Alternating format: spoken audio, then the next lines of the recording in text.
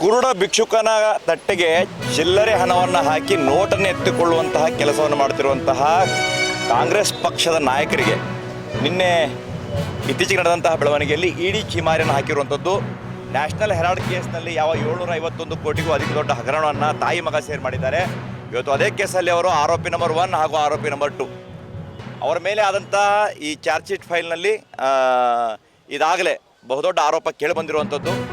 ಕೇವಲ 50 ಲಕ್ಷ ರೂಪಾಯಿಗಳನ್ನು ಹೂಡಿ 750 ಕೋಟಿಗೂ ಅಧಿಕ ಹಣವನ್ನು ಸ್ವಾತಂತ್ರ್ಯ ಯೋಧರ ಕಲ್ಯಾಣಕ್ಕಾಗಿ ಮೀಸಲಿಟ್ಟಂಥದ್ದನ್ನು ಸುಳು ಮಾಡುವಂತಹ ಒಂದು ಬಹುದೊಡ್ಡ ಕಾಂಡವನ್ನು ಏನು ಕಾಂಗ್ರೆಸ್ ಪಕ್ಷದ ನಾಯಕರು ಮಾಡಿದ್ದಾರೆ.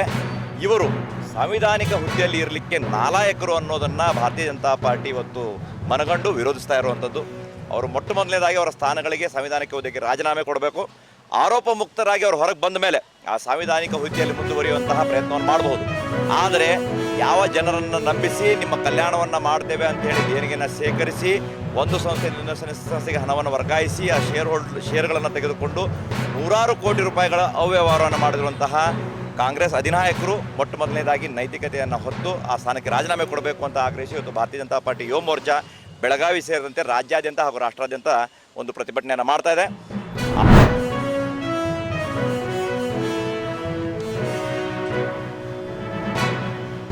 ಬೆಳಗಾವಿ ಮಹಾನಗರದಲ್ಲಿಂದು ಯುವ ಮೋರ್ಚಾ ಇಂದು ಪ್ರತಿಭಟನೆ ಮಾಡಿದ್ದೀವಿ. ನ್ಯಾಷನಲ್ ಹೆರಾಲ್ಡ್ ಅನ್ನುವಂಥ ಈ ಪತ್ರಿಕೆ ಒಂದೇನು ಸಂಸ್ಥೆ ರೆಡಿ ಮಾಡಿದ್ರು.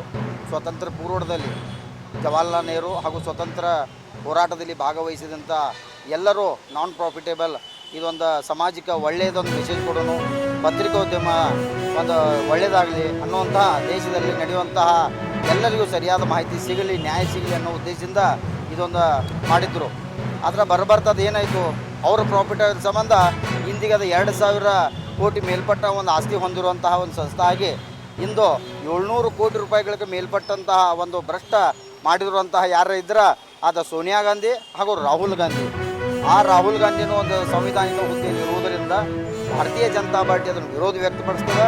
ಅವರು ತಮ್ಮ ಸ್ಥಾನಕ್ಕೆ ರಾಜೀನಾಮೆ ಕೊಡಬೇಕಂತ ನಾವು ಹಕ್ಕು ಒತ್ತಾಯ ತಮ್ಮ ಮೂಲಕ ಮಾಡ್ತಾ ಇದ್ದೇವೆ.